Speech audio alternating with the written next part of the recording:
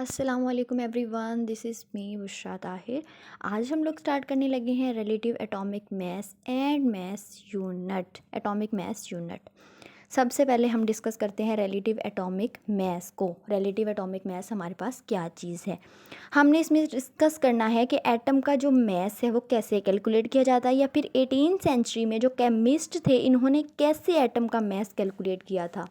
मिसाल के तौर पर हम किसी शॉप पर जाते हैं, एग्जाम्पल है, वहाँ पर हम कह देते हैं कि हमें 1 kg शुगर चाहिए।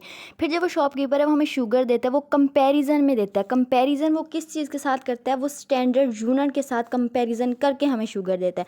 सपोज़ हम कहते हैं हमें 1 kg शुगर चाहिए, फिर वो एक तरफ 1 kg का बोर्ड रख देता है, दूसरी तरफ 1 kg शुगर रख देता है। वो कंपेरिजन एक स्टैंडर्ड यूनिट के साथ कंपेरिजन करके हमें शुगर 1 kg देता है। अब हमारे पास आता है रिलेटिव एटॉमिक मास। रिलेटिव वर्ड का मतलब है कंपैरिजन। जैसे कि एलिमेंट के एटम का हम एटॉमिक मास कैलकुलेट करेंगे, लेकिन हम स्टैंडर्ड यूनिट के साथ कंपैरिजन करके उसका एटॉमिक मास कैलकुलेट करेंगे। जैसे हमारे पास स्टैंडर्ड यूनिट हमारे पास क्या है, सबसे पहले हाइड्रोजन हमारे पास होता है, ठीक है। हाइड्रोजन का मैस था हमारे पास 1.008 ग्राम। अब इसके साथ बाकी एलिमेंट का मैस कंपेयर किया जाता था और कैलकुलेट किया जाता था, लेकिन एक डिफेक्ट था इसमें। हाइड्रोजन एक गैस है, दूसरा फ्लेमेबल गैस है ये हमारे पास, इसलिए इसको कार्बन 12 में चेंज कर दिया। इससे हम लोग कार्बन हाइड्रोजन को छोड़कर कार्बन में शिफ्ट हो गए। अब कार्बन की स्टोरी। अब कार्बन में एक आइसोटॉप हम यूज़ करेंगे, वो होगा कार्बन 12। अब कार्बन 12 ही हम क्यों यूज़ करेंगे, उसके अलावा भी तो 3 कार्बन की आइसोटॉप्स हैं, कार्बन 12, कार्बन 13 एंड कार्बन 14।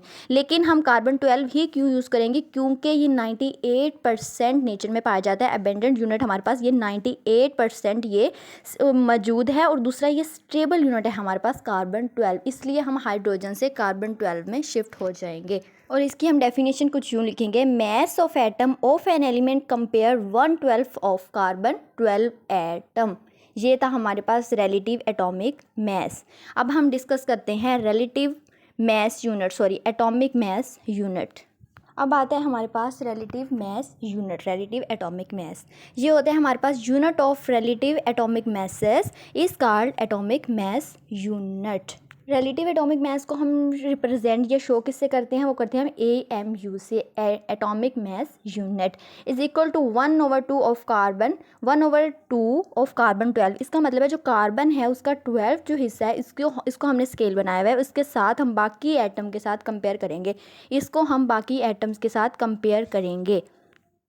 अगर हम देखें AMU हमारे पास किलोग्राम में जब कैलकुलेट करते हैं तो उसकी वैल्यू हमारे पास होती है 1.66 × 10⁻24 ग्राम।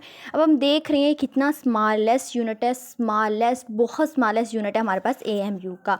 अब कार्बन का जो एटॉमिक मास है हमारे पास 12 है, ठीक है। अब किसी भी एटम का मास कैलकुलेट करने के लिए कार्बन के 12th से के साथ हम उसको कंपेयर करेंगे, 12th पार्ट के साथ हम उसको कंपेयर करेंगे। ये था हमारे पास mass unit, atomic mass unit. अब नेक्स्ट लेक्चर में हम लोग chemical formula, how we represent the chemical formula, उसको डिस्कस करेंगे। Okay guys, meet you tomorrow इंशाल्लाह। अल्लाह हाफिज़।